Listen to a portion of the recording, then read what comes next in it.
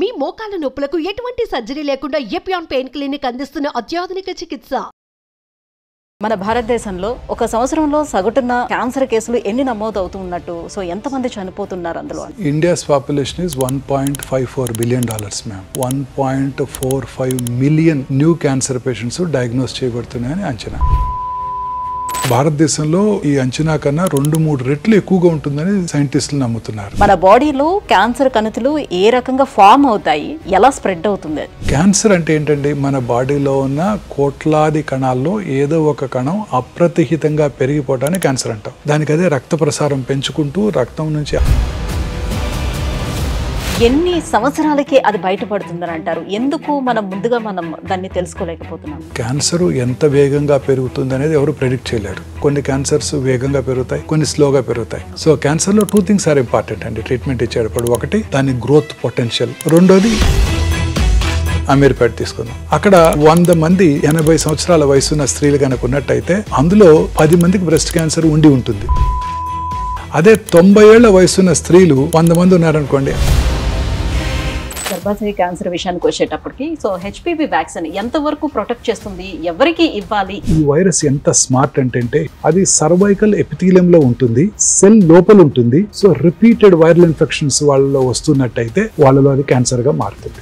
దీనికి గనక మీరు హెచ్పివి వ్యాక్సిన్ కనుక ఇచ్చినట్టయితే ఉన్నటువంటి ఇప్పుడు ఈ క్యాన్సర్స్ కి మనకి లేటెస్ట్ గా అందుబాటులోకి వచ్చేసినటువంటి ట్రీట్మెంట్స్ ఏమేమి ఉన్నాయి? క్యాన్సర్ కి ట్రీట్మెంట్ ఒక సర్జరీ అనండి. బ్రెయిన్ లో ట్యూమర్ అయినా, కాలు చిటికెన్ వేల్లో వచ్చే మెలనోమా అయినా, ఎక్కడొచ్చినా బ్లడ్ క్యాన్సర్ తప్ప. క్యాన్సర్ మన శరీరంలోకి వచ్చిన తర్వాత ఎన్ని సంవత్సరాలకి అది బయటపడుతుందని అంటారు? ఎందుకు మనం ముందుగా దాన్ని తెలుసుకోలేకపోతున్నాం? మొన్న మధ్య మిస్టర్ బిల్ గేట్స్ ద గ్రెయిల్ టెస్ట్, తను ఈ టెస్ట్ చేయించుకుంటానని చెప్పారు. ఆ టెస్ట్ ఏంటంటే వీటన్నిటికన్నా ముఖ్య కారణం ఇంకోటి ఉందండి క్యాన్సర్ రావడానికి. అది డాక్టర్సే తొందరగా చనిపోతున్నారు అందరికన్నా. మోస్ట్ డిఫికల్ట్ క్వశ్చన్ మాదే. మీరు పెట్టే బాధ లక్ష్మి 2 రోజుల్లో పంపిస్తున్నారు, ఇప్పుడు 2.5 రోజులు అయింది, బిల్లు పెరిగిపోతుంది.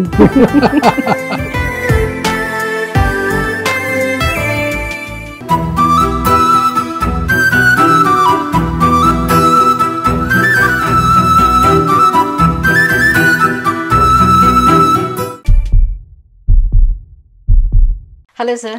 నమస్తే అండి. సార్, మన భారతదేశంలో ఎక్కువ మరణాలు మొదట గుండెపోటుతో ఎక్కువ మంది చనిపోతూ ఉంటే తర్వాత ప్లేస్లోనే క్యాన్సర్తోనే ఎక్కువ మంది చనిపోతున్నారని చెప్తున్నారు. సో ఒక సంవత్సరంలో సగటున క్యాన్సర్ కేసులు ఎన్ని నమోదు అవుతూ ఉన్నట్టు, సో ఎంతమంది చనిపోతున్నారు అందులో? India's population is $1.54 billion, ma'am.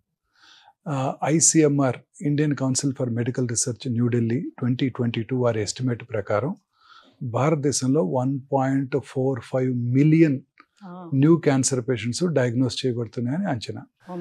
కానీ డాక్టర్స్ అండ్ సైంటిస్ట్ బిలీవ్ ఇది చాలా అండర్ రిపోర్టెడ్ అని. ఎందుకంటే చైనాస్ పాపులేషన్ మీరు చూసినట్టయితే $1.52 billion, అంటే మనకన్నా ఒక 2.5 థౌజండ్స్ తక్కువ, 200 to 500,000 తక్కువ.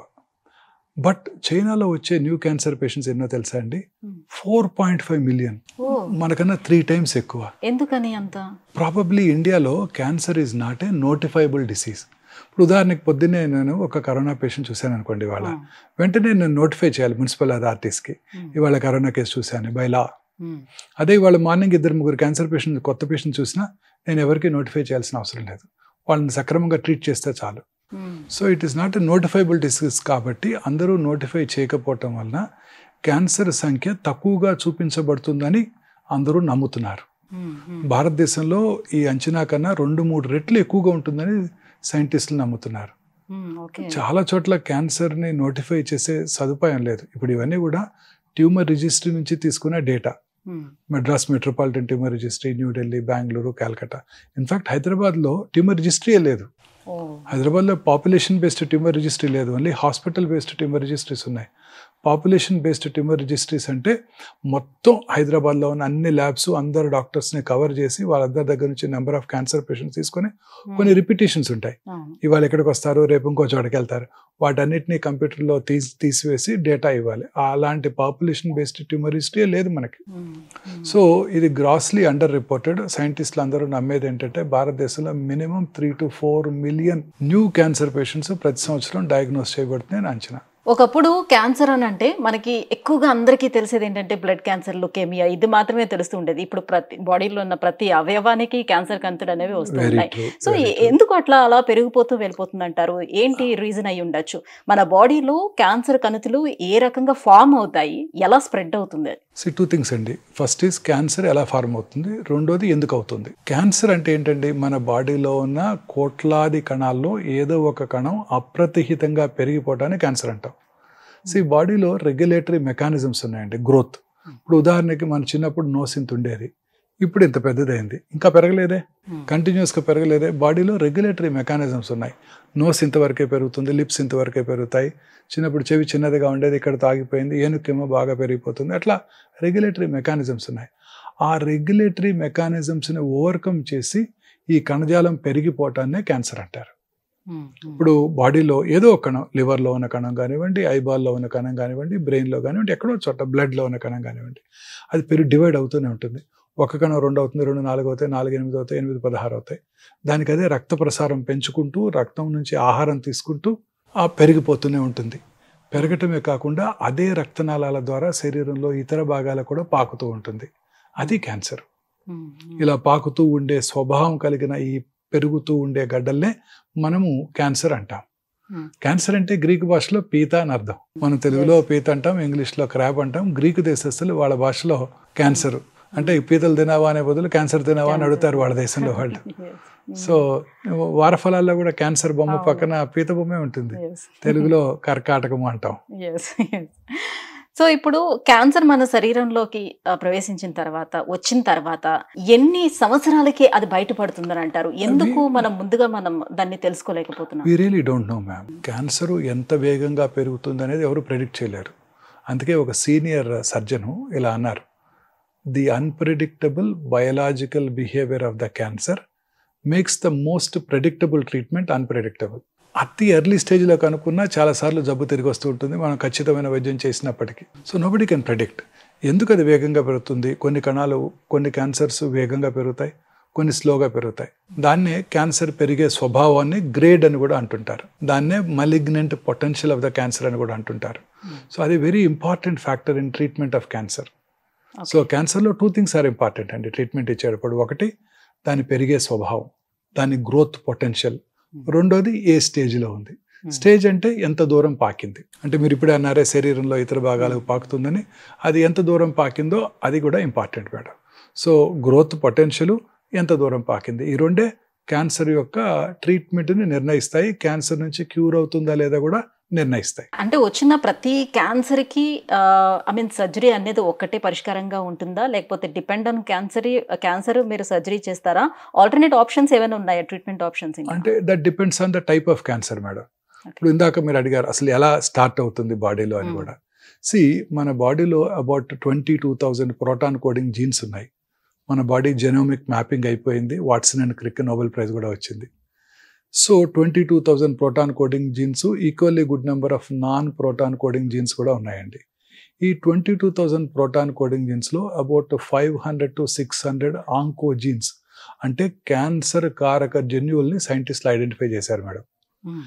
ఆ క్యాన్సర్ కారక జన్యువుల్లో వచ్చే మ్యూటేషన్స్ ఆధారంగానే క్యాన్సర్ వస్తుంది. సో ఇప్పుడు సైంటిస్ట్ బిలీవ్ చేసేది ఏంటంటే ఆ మ్యూటేషన్ కనుక మనం ఐడెంటిఫై చేసి దాన్ని ట్రీట్ చేసే డ్రగ్ కనుక ఉన్నట్టయితే క్యూర్ కూడా చేయవచ్చు. అలా ఇప్పుడు చాలా రకాల క్యాన్సర్స్కి ఆ డ్రగ్, ఆ క్యాన్సర్ కారకమైన మ్యూటేషన్ ఐడెంటిఫై చేసి దాన్ని ట్రీట్ చేసే డ్రగ్స్ ఇవ్వడం వల్ల చాలా క్యాన్సర్స్ని కంట్రోల్లో ఉంచగలుగుతారు. ఏ స్టేజ్లో ఉన్నా కూడా యు ఆర్ అబ్సల్యూట్లీ రైట్ కలుగుతున్నారు. ఈ మ్యూటేషన్ కలిగించే ఎక్సోమ్స్ కూడా ఐడెంటిఫై చేసి క్యాన్సర్ రావటాన్ని కూడా ముందుగా చెప్పేస్తున్నారు. ఇప్పుడు ఇంతకుముందు క్యాన్సర్ వచ్చాకే మీరు అన్నారే క్యాన్సర్ లేట్ స్టేజెస్లోనే కనుక్కుంటాం, క్యాన్సర్ ఎర్లీగా కనుక్కోలేరు, అది ఎంతకాలం పడుతుంది ఇలా పాకటానికి అని కూడా అడిగారు. So nobody knows. ఇప్పుడు క్యాన్సర్ రాకముందే క్యాన్సర్ రావటాన్ని పసిగట్టవచ్చు. మొన్న మధ్య మిస్టర్ బిల్ గేట్స్ ఒక పోడ్కాస్ట్లో మిస్టర్ నిఖిల్ కామత్తో, జెరోదా CEO అండ్ కో-ఫౌండర్, వారితో మాట్లాడుతూ తను ఈ టెస్ట్ చేయించుకుంటానని చెప్పారు, ద గ్రెయిల్ టెస్ట్. ఆ టెస్ట్ ఏంటంటే మనం ముందుగానే ఒక చిన్న బ్లడ్ టెస్ట్ కానీ స్వాబ్ టెస్ట్, బకల్ స్వాబ్ టెస్ట్లో ఎగ్జోమ్స్ని ఐడెంటిఫై చేసి ఈ ఎగ్జోమ్సే ఈ జెనెటిక్ మ్యూటేషన్ని ట్రిగ్గర్ చేస్తాయి కాబట్టి వాటిని ఐడెంటిఫై చేసి క్యాన్సర్ రావటాన్ని ముందుగా చెప్పేయచ్చు. అంటే నెక్స్ట్ ఇయర్ నీకు ప్యాంక్రియాటిక్ క్యాన్సర్ వస్తుంది, ఆ పై ఇయర్ నీకు బ్లడ్ క్యాన్సర్ వస్తుంది, ముందే చెప్పగలం. ఓకే, అంటే ఏ అవయవానికి వస్తుంది అనేది కూడా చెప్పేస్తారు. 77 క్యాన్సర్స్ చెప్పగలుగుతాం. ఒక చిన్న ఉదాహరణ చెప్తాను. మీరు ఆ సినిమా చూసారా, వారసుడు అని? విజయ్, దళపతి విజయ్ వారస్. అందులో ఫస్ట్ 5 మినిట్ ఫస్ట్ దానికోసమే చూశాను. ఆ విజయ్ ఫాదర్ శరత్ కుమార్ కి అతని ఫ్రెండ్, క్లోజ్ డాక్టర్ ఫ్రెండ్ ప్రభు వచ్చి చెప్తాడు, నీకు అడ్వాన్స్డ్ ప్యాంక్రియాటిక్ క్యాన్సర్ డయాగ్నోస్ అయింది, నీకు ఓన్లీ 6 months ఆఫ్ లైఫ్ ఉందని. సో ఈ టెస్ట్ కనుక ఆ వారసుడు సినిమాలో మిస్టర్ శరత్ కుమార్ ముందుగా చేయించుకున్నట్టయితే 2 ఏళ్ల ముందే తెలిసిండేది నీ క్యాన్సర్ వస్తుందని. రెగ్యులర్ గా చెక్ చేయించుకుంటూ దాన్ని ఎర్లీగా పట్టుకుంటే క్యూర్ కూడా అయ్యేది. ఇప్పుడు జెనెటికల్ గా ఉన్నది అంటే మన ఫాదర్స్ కి ఎవరికైనా ఉన్నదేనంటే నాకు వచ్చే అవకాశం ఉంటుందేమోనని కొంచెం ముందు జాగ్రత్తతోటి చేయించుకునే వాళ్ళు ఉంటారు, కానీ నార్మల్ పర్సన్స్ ఎంతవరకు అసలు దీని మీద ఇంట్రెస్ట్ చూపిస్తారు? ఎవరు చేయించుకుంటున్నారు? చాలా మంది చేయించుకుంటున్నారు మేడం, వందల మంది చేయించుకుంటున్నారు. మిస్టర్ బిల్ గేట్స్ అదే చెప్పేది, తను రెగ్యులర్ గా చేయించుకుంటానని చెప్తున్నారు ఆయన. So health has become a priority madam world over. అన్నిటినీ కాంకర్ చేసాము. ఇప్పుడు కర్నరీ ఆర్టరీ డిసీజ్ని కాంకర్ చేసాము, కరోనాని కాంకర్ చేసాము, సెరిబ్రోవాస్కులర్ యాక్సిడెంట్స్ని కాంకర్ చేసాము, ప్లేగు, ఇన్ఫెక్షస్ డిసీజ్ని కాంకర్ చేసాము. ఇక మిగిలింది ఇది ఒక్కటే, క్యాన్సరే. ఏజ్ పెరిగే కొలది క్యాన్సర్ వచ్చే అవకాశాలు ఎక్కువ అవుతున్నాయి. ఎంతో మందిని చూస్తున్నారు, వివిఐపీస్ని, miss Sonali Bendre, Mrs Manisha Koirala, mister Rishi Kapoor, mister Irrfan Khan, వీళ్ళందరూ కూడా లేట్ స్టేజ్ క్యాన్సరే డయాగ్నోస్ చేయబడ్డారు. అంతదాకా ఎందుకండి, మీరు వాడే iPhone owner mister Steve Jobs, వారందరూ లేట్ స్టేజ్ క్యాన్సర్లో డయాగ్నోస్ చేయబడి చాలా మంది ప్రాణం కూడా కోల్పోయారు. Mister Steve Jobs, mister Rishi Kapoor, mister Irrfan Khan. So వాళ్ళందరూ కనుక ఈ టెస్ట్ ముందుగా చేయించుకున్నట్టయితే క్యాన్సర్ అవడానికి పసిగట్టేవాళ్ళం. పసిగట్టినట్టయితే ముందుగా రెగ్యులర్ గా స్క్రీనింగ్ చేయించుకోవడం అవైలబుల్ గా ఉంది. ఎస్, మనం ముందుగా దాన్ని చేయించుకున్నట్టయితే మనం ముందుగా క్యాన్సర్ స్క్రీనింగ్ చేసుకుంటూ ఒక ఇండివిజువల్ కి ప్రాస్టేట్ క్యాన్సర్ వచ్చే అవకాశం ఉందని ముందుగా చెప్తే ఆయన ఏం చేస్తారు, రెగ్యులర్ గా నెలకోసారి పిఎస్ఐ చేయించుకుంటారు, 2 నెలలకోసారి అల్ట్రాసౌండ్ చేయించుకుంటారు. ప్రాస్టేట్ సైజ్ పెరుగుతుందంటే ఇమీడియట్ గా మళ్ళీ ఒకసారి పిఎస్ఐ చేయించుకుని, అవసరమైతే బయాప్సీ చేయించుకుని ఎర్లీగా ఉన్నప్పుడే ట్రీట్మెంట్ తీసుకుంటే క్యూర్ అయిపోతుంది. అలా కాకుండా 2 ఏళ్ల తర్వాత ఆ క్యాన్సర్ బాడీ అంతా పాకిపోయాక అనుకుంటే క్యూర్ అయ్యే అవకాశాలు తగ్గిపోతాయి కదండి. That is the advantage. But చాలా మందిలో ఉన్నటువంటి భావన ఏంటంటే క్యాన్సర్ వన్స్ వచ్చింది అని అంటే మనం ట్రీట్మెంట్ తీసుకున్నా కూడా మన లైఫ్ స్పాన్ కొంచెం పెంచుకోవడానికి తప్పితే గానీ పూర్తిగా తగ్గే అవకాశం. మిస్టర్ యువరాజ్ సింగ్ ఒక వరల్డ్ కప్ అయిపోయిన తర్వాత క్యాన్సర్ ఉందని తెలుసుకున్నారు, ఆ తర్వాత క్యాన్సర్ ట్రీట్మెంట్ తీసుకున్నారు. నెక్స్ట్ వరల్డ్ కప్కి చక్కగా ఆడి ఇండియాకి వరల్డ్ కప్ గెలిచిపెట్టారు. ఇవాళే పేపర్లో వచ్చింది, ఆయన మిస్టర్ సచిన్ తెందుల్కర్తో, మిస్టర్ విరాట్ కోహ్లీతో కలిపి అక్కడ క్యాన్సర్ పేషెంట్స్కి, క్యాన్సర్ సర్వైవర్స్కి ఫండ్ సేకరిస్తున్నారు. ఇవాళ పేపర్లో చూశాను, ఇన్ లండన్లో ఇవాళే. చూడండి అతన్ని. అలాగే మన సినిమా మహేష్ బాబు గారితో యాక్ట్ చేశారు. మహేష్ బాబు, బిపాసా బాసు, లీజా రే, టక్కరి దొంగ. ఆ అమ్మాయికి ఆ సినిమా అయిపోయిన తర్వాత డ్రెడెడ్ మల్టిపుల్ మైలోమా డయాగ్నోస్ చేశారు. ఆ అమ్మాయి peripheral blood stem cell transfer చేయించుకొని క్యూర్ అయిపోయి ఇప్పుడు అనేక చారిటీ యాక్టివిటీస్, బుక్స్ కూడా రాస్తుంది మల్టిపుల్ మైలోమా పేషెంట్స్ హెల్ప్ చేయడం కోసం. చాలా మంది ఉన్నారు. తర్వాత సోనాలి బింద్రే గారు 4th stage లో ఉన్నప్పటికీ లైఫ్ కంటిన్యూ అవుతుంది. మిస్ మనీషా కొయిరాలా గారు 4th stage లో కనుక్కున్నప్పటికీ ఇప్పటికి 6 ఏళ్ళు 7 ఏళ్ళు అయిపోయింది, చక్కగా ఉన్నారు, మూవీస్ లో కూడా యాక్ట్ చేస్తున్నారు. రిపీటెడ్ గా వచ్చే అవకాశం ఇది ఎంత మేరకు ఉంటుంది? అంటే కంటిన్యూస్ గా ఈ స్క్రీనింగ్ అనేది వాళ్ళు చేయించుకుంటూ ఉండాలా, రెగ్యులర్ చెక్ చేసుకుంటూ ఉండాలి. ఇంకొక very important interesting example mister lance Armstrong. ఆయనకి 1997లో 4th stage testicular cancer diagnose చేశారు. బ్రెయిన్ లో మెటాస్టిస్ ఉన్నాయి. బ్రెయిన్ మెటాస్టసిస్ కి సర్జరీ చేయించుకున్నారు, ప్రైమరీ టెస్టిస్ లో ఉంది. అది క్యూర్ అయ్యి 1999 నుంచి 2005 వరకు 6 సార్లు వరల్డ్ సైక్లింగ్ ఛాంపియన్షిప్ గెలిచారు. Real test of endurance. 2200 కిలోమీటర్లు to the valleys and mountains of France 17 రోజుల్లో కంప్లీట్ చేశారు.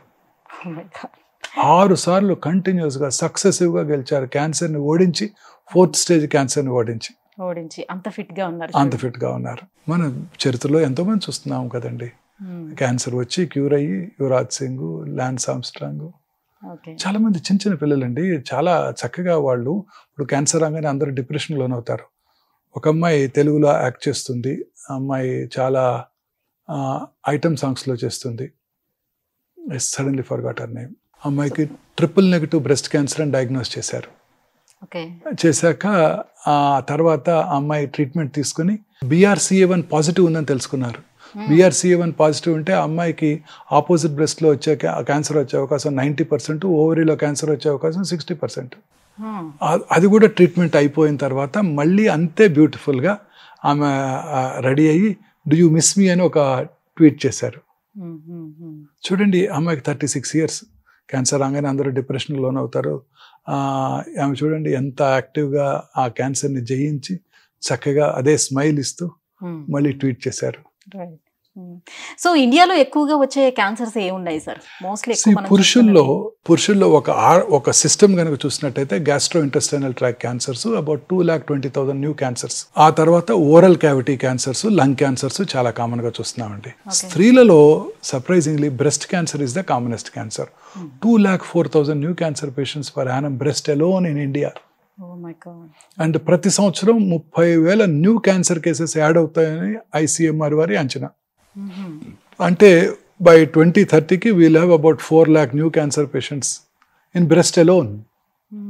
దీంతో పాటు గర్భసంచి ముఖద్వార cancers, ovarian cancers, gastro intestinal tract cancers స్త్రీలలో అదే ఆర్డర్లో చూస్తుంటాం అనమాట. ఈ మధ్యకాలంలో పెద్ద పేగు క్యాన్సర్స్ కూడా అర్బన్ ఏరియాస్లో ఎస్పెషలీ యంగ్స్టర్స్లో కూడా ఇంక్రీజ్డ్ ఇన్సిడెన్స్ చూస్తున్నాం.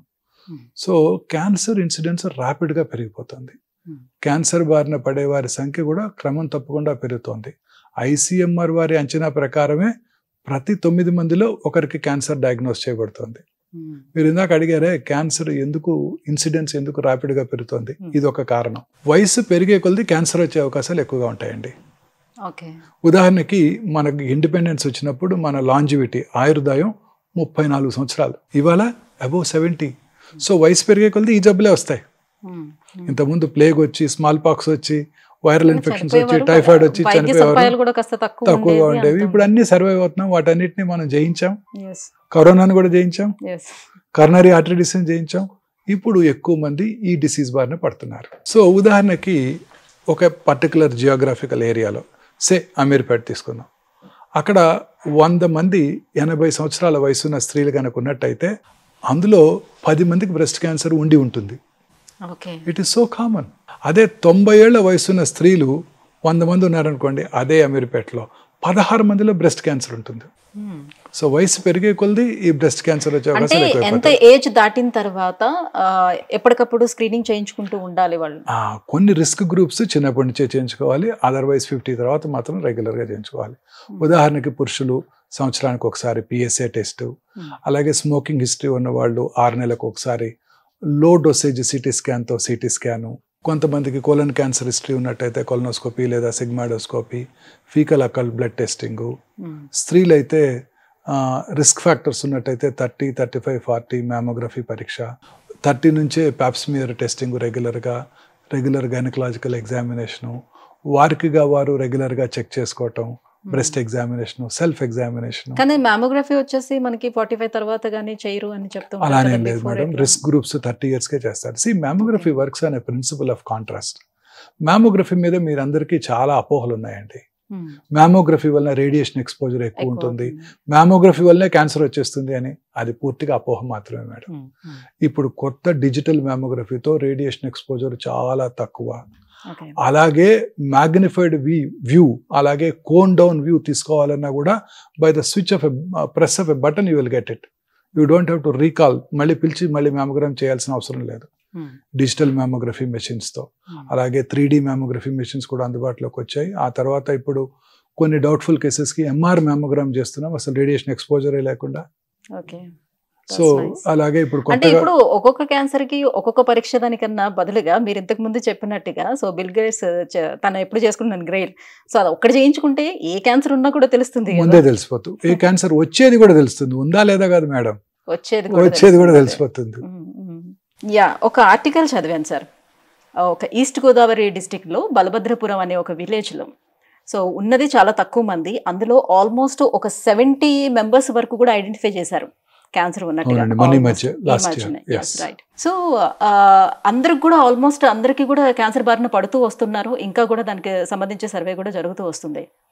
గ్రామస్తులు చెప్తున్నటువంటి మాట ఏంటంటే, సో మాకు ఇక్కడ దగ్గరలోనే కొన్ని కంపెనీస్ అవన్నీ కూడా ఫ్యాక్టరీస్ అవి వస్తున్నాయి, సో మాకు నీటి కాలుష్యం గాలి కాలుష్యం అన్నీ అవుతుంది, మేబీ దానివల్లే మాకు వస్తుందేమోనని. బట్ ఇప్పుడు వరకైతే ఎటువంటి నిర్ధారణ అయితే జరగలేదు దేనివల్ల వస్తుందని అనేది. సో నిజంగానే నీటి గాలి కాలుష్యం వల్ల ఎటువంటి క్యాన్సర్స్ వచ్చే అవకాశం ఉంటుంది వాళ్ళు? అన్ని రకాల క్యాన్సర్స్ అదే కారణం మేడం. ఓకే, మీరు ఇంతకుముందు బలభద్రపురం ఈ మధ్య న్యూస్లో విన్నారు. అంతకుముందు అదే కోస్టల్ ఆంధ్రప్రదేశ్లో ఒంగోలులో క్యాన్సర్ ఇన్సిడెన్స్ చాలా ఎక్కువ అండి. 15 ఏళ్ల క్రితమే we have adopted a village where the incidence of cancer చాలా ఎక్కువగా ఉన్నప్పుడే, ఒమేగా 2010లోనే. ఆ తర్వాత అందాకెందుకండి, మన Ramagundam super thermal power plant, coal ఎక్కడైతే బర్న్ చేస్తారో దానికి 1 కిలోమీటర్ రేడియస్లో అన్ని క్యాన్సర్సే వస్తాయి మేడం. కోల్ బర్న్ చేసినప్పుడు వచ్చే టాక్సిక్ గ్యాసెస్ అండి. తర్వాత అక్కడ ఇప్పుడు కొత్తగా ఓపెన్ కాస్ట్ మైన్స్, గ్రనైట్ కింద ఇప్పుడు కొత్తగా super fertiliser plant, complete pollution అండి. ఇక వచ్చేవి క్యాన్సర్సే ఉంటాయి వాళ్ళందరికీ. Industrial pollution is the main cause madam. ప్రపంచం అంతా ఇదే కారణం. అర్బన్ ఏరియాస్లో క్యాన్సర్ ఇన్సిడెన్స్ ఎందుకు ఎక్కువగా ఉంటుందండి? ఇదే కారణం, పొల్యూషన్.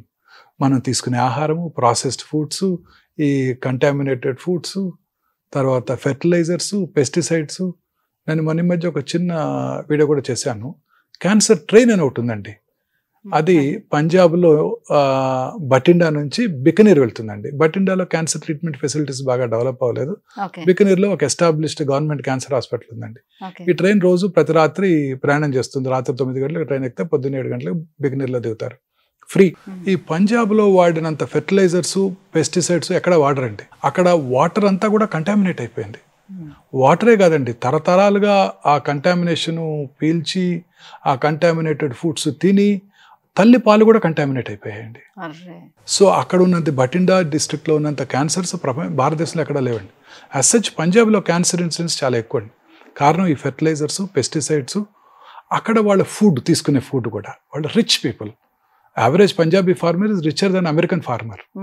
వాళ్ళకి 2 క్రాప్స్ ప్రతి సంవత్సరం, ఒక వీటు, ఒక రైస్ క్రాప్, 2 చక్కటి సారవంతమైన సింధు నది కింద ఫెర్టైల్ ల్యాండ్స్. మనలాగా తుఫాన్లు, ఉప్పెన్లు ఉండవు వాళ్ళకి. చక్కగా regular rainfall, regular Bhakra Nangal water. వాళ్ళకి అత్యద్భుతమైన క్రాప్ ఈల్డ్. రిచ్ పీపుల్, అలవాట్లు కూడా రిచ్గానే ఉంటాయి. ఆల్కహాలిజము, డ్రగ్స్ అక్కడ చాలా ఎక్కువ. సో అందువల్ల వాళ్ళలో వచ్చే నెంబర్ ఆఫ్ క్యాన్సర్స్ ఎక్కువ. సో ఇవన్నీ కూడా ఒక ఏరియాలో కంటామినేషన్ అండి. ఇప్పుడు మన వాటర్ కంటామినేట్ అవటం వల్ల మనం తీసుకునే రైస్ కూడా కంటామినేట్ అయిపోయిందండి. ఇప్పుడు అన్ప్రాసెస్డ్ రైస్ అంటే హ్యాండ్ పౌండ్ రైస్లో వాటిలో ఆర్సెనిక్ కంటామినేషన్ కనుక్కున్నారు. ఎందుకంటే వాటర్, మన భూగర్భ జలాలు కంటామినేట్ అయిపోతున్నాయి. దాంతో ఈ హ్యాండ్ పౌండ్ రైస్ ఇవన్నీ కూడా కంటామినేట్ అవుతుంది. సో హ్యాండ్ పౌండ్ రైస్లో ఉండే ఆర్సెనిక్ కంటెంట్ ఇంకెక్కువగా ఉంటుంది. సో అన్ని రకాలుగా ఈ కంటామినేషన్ అర్బన్ ఏరియాస్లో, ఫ్యాక్టరీస్, ఉదాహరణకి యాస్బెస్టాస్ ఇండస్ట్రీస్, అన్ని రకాల industries, aluminium industries, nickel cadmium industries, dye industries, paint ఇండస్ట్రీలో పనిచేసే వాళ్ళకి, అలాగే సిగరెట్ ఇండస్ట్రీస్లో పనిచేసే వాళ్ళకి అన్నీ కూడా పొల్యూషన్. సిమెంట్ ఫ్యాక్టరీస్ పక్కన ఉండే వాళ్ళకి, థర్మల్ పవర్ ప్లాంట్ పక్కన ఉండే వాళ్ళకి, ఇవన్నీ కూడా pollution. And in addition to it automobile pollution. దీంతో పాటు ఇప్పుడు కొత్తగా plastics, micro plastics, plastic cup, పొద్దున్నే లేస్తే synthetic tooth paste, plastic brush, plastic mug, plastic bucket. అంటే ప్లాస్టిక్ అనేది మన జీవితంలో ఒక భాగం అయిపోయింది. ఎయిర్ కండిషన్ కార్లోకి వెళ్ళి పొద్దున్నే వేడిగా ఉంటుంది, అందులో అంత ప్లాస్టిక్ ఇంటీరియర్స్ నుంచి వచ్చే ఫ్యూమ్స్ మనం పీల్చటం, ప్లాస్టిక్ వాటర్లో వాటర్ తాగటం, ప్లాస్టిక్ కప్లో కాఫీ తాగుతున్నాం, ప్లాస్టిక్ ప్లేట్లో అన్నం తింటున్నాం. ఎక్కడ ఇవన్నీ మార్పులు చేసుకోవాలని అంటే ఒకరితో సాధ్యమయ్యేది కాదు. అండ్ మోర్ ఓవర్ ఏంటంటే మనం ఇప్పుడు ప్రత్యేకించి హెల్త్ కాన్షియస్ పెరిగి ఆర్గానిక్ ఫుడ్ ఇదంతా తీసుకోండి, సో కొంచెం హెల్త్ మీద కాన్సన్ట్రేట్ చేయండి అని చెప్తున్నారు. మనం ఎంత ఆర్గానిక్ గా మనం పండించుకుందాం చేద్దామన్నా మీకు సాయిల్ లోనే మైక్రో ప్లాస్టిక్స్ ఎక్కువ ఉన్నాయని అంటున్నారు. Discipline is very important. మీరు 1960s లో ఇంగ్లీష్ మూవీ చూడండి. వాళ్ళు సూపర్ మార్కెట్కి వెళ్ళి ఆ ప్లాస్టిక్ కంటైనర్ కాకుండా, ఇది కాకుండా మన పేపర్ బ్యాగ్లోనే తెచ్చుకొని ఇలా క్యారీ చేసుకొని తీసుకొస్తున్నారు. 1960s మూవీస్లో. మనం ఇప్పటికీ ప్లాస్టిక్ కంటైనర్ వెళ్తున్నాం. సూపర్ మార్కెట్కి వెళ్తే ప్లాస్టిక్ కంటైనర్ ఇస్తున్నారు వాళ్ళు. ఇప్పుడు కూడా ప్లాస్టిక్ ప్యాకెట్ ఇస్తున్నారు కదండి. వాళ్ళలాగా ఇలా పట్టుకొని రావట్లేదు. మనం మొక్కలు తెచ్చుకోవాలన్నా అది కూడా ప్లాస్టిక్ లో వస్తున్నాం. చూడండి 60s లో మూవీ కూడా చూడండి ఇలా పట్టుకొని వస్తుంటారు ఇంగ్లీష్ మూవీలో అవును. మార్కెట్కి వెళ్ళి. సో మన డిసిప్లిన్, మనలో మనం డిసిప్లిన్ అలవర్చుకోవాలి. మనగా మనం వాలంటరీగా వీటన్నిటికీ దూరంగా ఉండటానికి ప్రయత్నం చేయాలి. చేయగలమని కాదు, ప్రయత్నం చేయాలి. ఎంత చేసినా రోజు అవే వాడుతున్నాం. Of course. బేసిక్ ఏంటంటే ఎక్కువగా వెజిటేబుల్స్ అండ్ ఫ్రూట్స్ ఎవరైతే తక్కువగా తీసుకుంటారో వాళ్ళల్లోనే క్యాన్సర్ ఎక్కువగా డెవలప్ అయ్యే ఛాన్స్ ఉందని అంటున్నారు. ఎంతవరకు వాస్తవం? Absolutely correct. ఎలా అంటే ఫ్రూట్స్ ఆర్ న్యాచురల్ ప్రొడ్యూస్ అండి. వీటిలో ఉన్నటువంటి యాంటీ ఆక్సిడెంట్స్ ఇవన్నీ ఫ్రీ రాడికల్స్ని కంట్రోల్ చేసి క్యాన్సర్ రాకుండా దోహదం చేస్తాయి. వాటిలో ఉండే విటమిన్స్, అనేక రకాలైన రసాయనాలు మనకి ఎంతో హెల్ప్ఫుల్గా ఉంటాయి. ప్రతి fruit is a powerful medium to prevent all ailments అండి. ఎవ్రీ ఫ్రూట్, మనం రోజు తినే రేక్కాయలు, రోజు తినే జామకాయలు, ఉసిరికాయలు, వీటన్నిటిలో ఉండే అన్ని అవకాడోలు, కివీలు తినక్కర్లేదండి.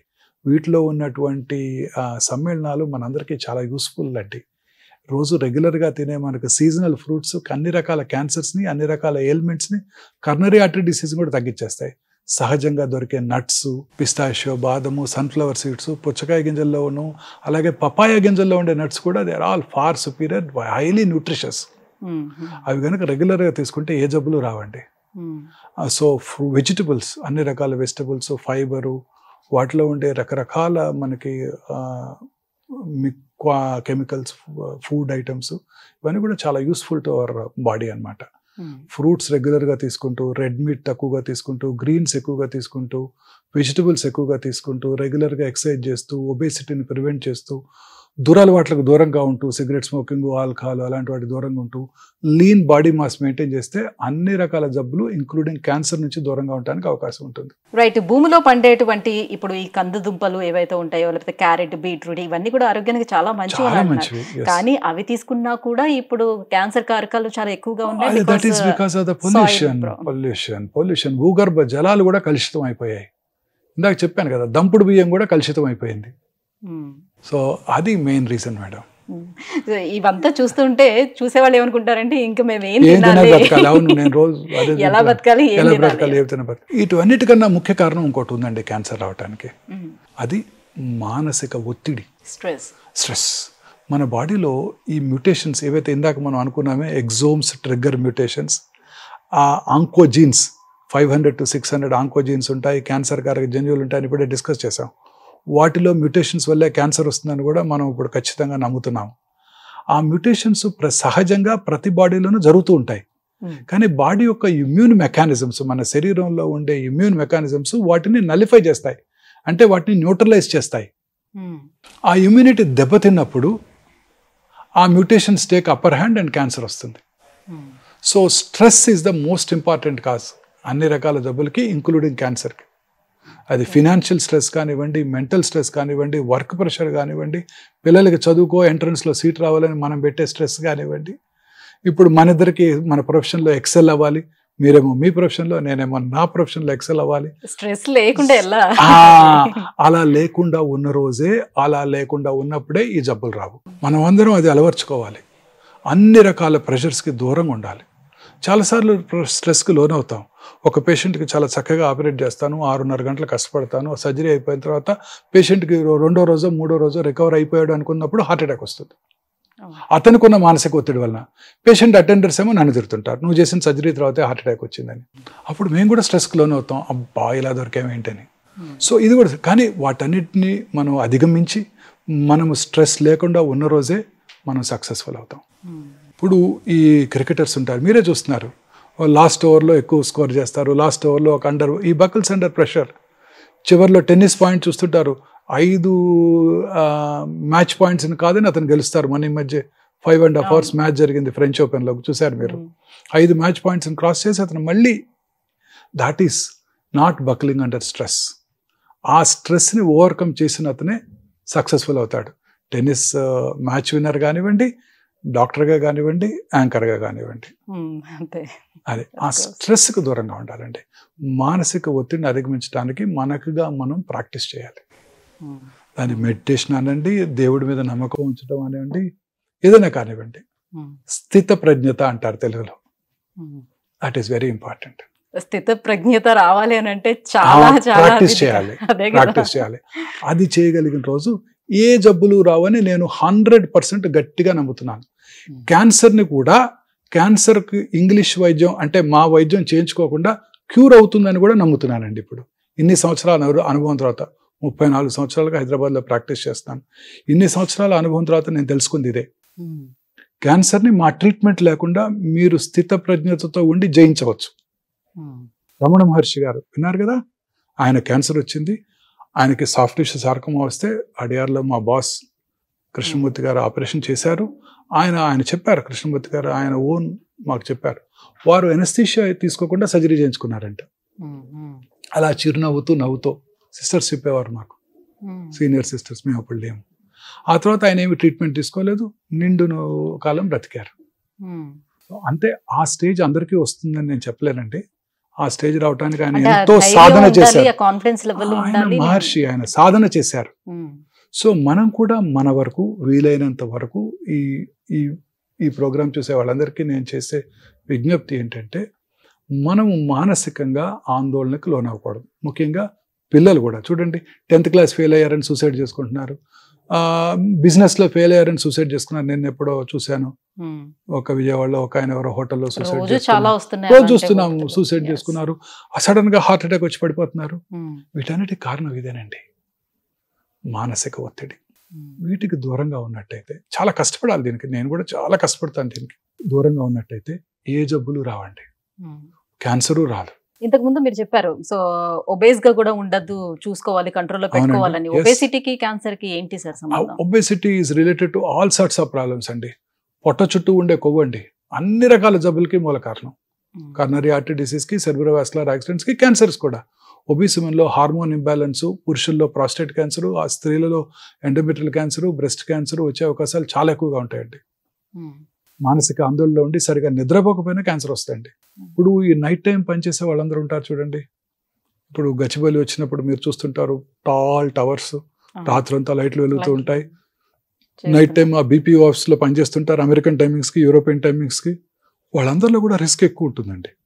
చక్కగా మీరు 7 భోజనం చేసేసి 8 ఈ మొబైల్ ఫోన్ చూడకుండా, టీవీ చూడకుండా 8:30 మీరు నిద్రపోయారనుకోండి, పొద్దున్నే 12:30 నుంచి 1:30 లోపల మీ బాడీలో రాత్రి లైట్ లేకుండా పడుకోవాలండి. మీరు బెడ్ లైట్ కూడా వేసుకోకూడదు. మెలటోనిన్ అనే హార్మోన్ ఉత్పత్తి అవుతుందండి. ఆ melatonin has a strong anti cancer properties. మీకు అన్ని రకాల క్యాన్సర్ రాకుండా చేస్తుంది అది. రోజు రాత్రి 11 దాకా పనిచేసి 11కి వచ్చి డిన్నర్ చేసి 12 దాకా మీరు ఆ బ్లూ స్క్రీన్ మొబైల్ చేసి చూస్తూ మెసేజ్లన్నీ ఆన్సర్ చేస్తూ 1 గంటకో 12:30కో పడుకున్నారనుకోండి, మీకు మెలటోనిన్ హార్మోన్ ప్రొడ్యూస్ అవుతుంది. అలాగే రాత్రి కూడా పనిచేసే వాళ్ళు ఎవరికి కూడా ప్రొడ్యూస్ అవుతుంది. ఆ రిథమ్ అండి. అంటే కొంతమంది చెప్తూ ఉంటారు, మనం ఇలా చెప్పేటప్పుడే సో మన కింద కొన్ని కామెంట్స్ కూడా వస్తూ ఉంటాయి.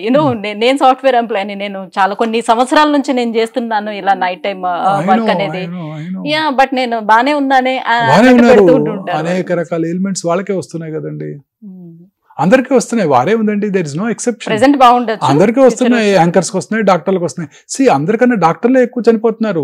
ఇప్పుడు నార్మల్ ఇండివిజువల్ లాంజివిటీ 70 years ఉన్నట్టయితే డాక్టర్స్ లాంజివిటీ 62. డాక్టర్సే తొందరగా చనిపోతున్నారు అందరికన్నా. మోస్ట్ డిఫికల్ట్ ప్రొఫెషన్ మాదే, సాఫ్ట్వేర్ ప్రొఫెషనల్ కన్నా మాదే ఎక్కువ ప్రొఫెషన్. మీరు పెట్టే బాధలకి రోజు అందరికన్నా ఎక్కువ స్ట్రెస్ మాకే ఎక్కువ. ప్రతిరోజు లేగానే పొద్దున్నే రౌండ్స్ రాగానే అది ఎందుకు లేవలేదు, అసలు ఎందుకు వచ్చింది, ఎందుకు కాంప్లికేషన్ వచ్చింది, 2 రోజుల్లో పంపిస్తున్నారు, ఇప్పుడు 2.5 రోజులు అయింది, బిల్లు పెరిగిపోతుంది. నాకు ఎక్కువ స్ట్రెస్ పెట్టేది పేషెంట్లే.